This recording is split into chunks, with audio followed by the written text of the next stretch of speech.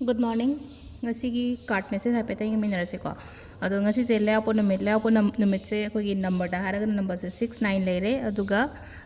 color da angangu machu leire ko. Ado ahamba da koi card ki message yengminarase aduga timing afaba zo haipet yengase ko ngasi gi oina haidi matam se karamba matam da henna phage haibado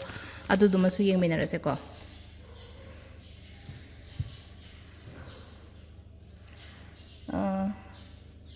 Kaino tawbiba yani ko na ai yumda laye hojik call tawbirakpa dum yani hari na hangai paidraga su ko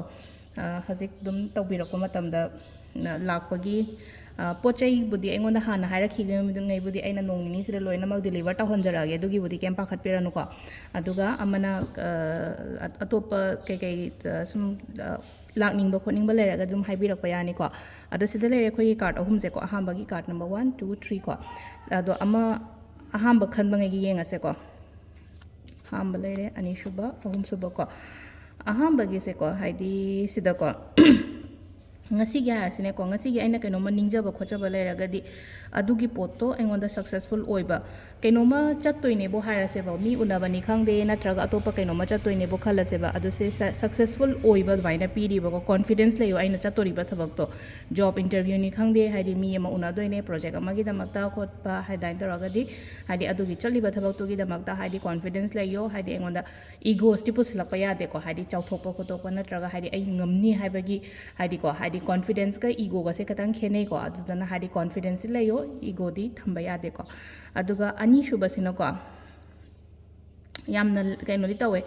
sidasu chamana na hadi same ahamba lakhi bus maina ko hadi confidence layo sidasu confidence layo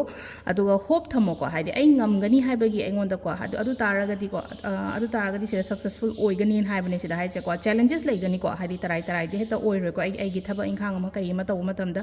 challenges laigani adubu hadi nang na tawriba thabak aina tawriba thabak aduda successful di oiba hai tare aduga ahum subagi sina ko multiple options kumba lakpase kenoma taw matamda sida ko hadi multiple options kumba lak khanbam khangdaba chamam nara khotlaga dumaina khra legani ko hadi potta oiro natraga thaba inkhang do oiro chattoiba haraga su chakadaba thaba mayam se ko ani hum ga hek lakpa chatkadaba se karamba chattoino khotoino kaina khangdaba chapam lambi se ko ado sida ko khwaidagi ai phajana khandaro do ga hadi ai isan aina tawgadaba thabakne aina khangdana kanana khangani aduduna ko ai phajana khandabiro adugi matungda decide tawbiyo ai do kamaina tawgadamno khotkadamno hado karambana hena phagadage haibado ado sisina ko card ki message leire ko timing sina ki pong nipan ga minute kunthra ni thoi deina 12 ga minute kunthra ma thoi phawng leire degi amaga minute yankhai deina 3 ga minute 10 phawng leire ko adagi mu 3 ga minute 10 dagi na 8 ga minute yankhai phawa jing da wairam ge ko nung dangi na 9 ga minute kunthra ma thoi deina 2 ga minute kunthra doi phawum leire ko sisina akhoi gi ngasi gi oina timing afaba ko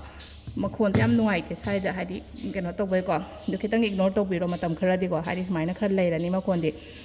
ado sida leire ko khoi ngasi gi card ki message se ma'am thank you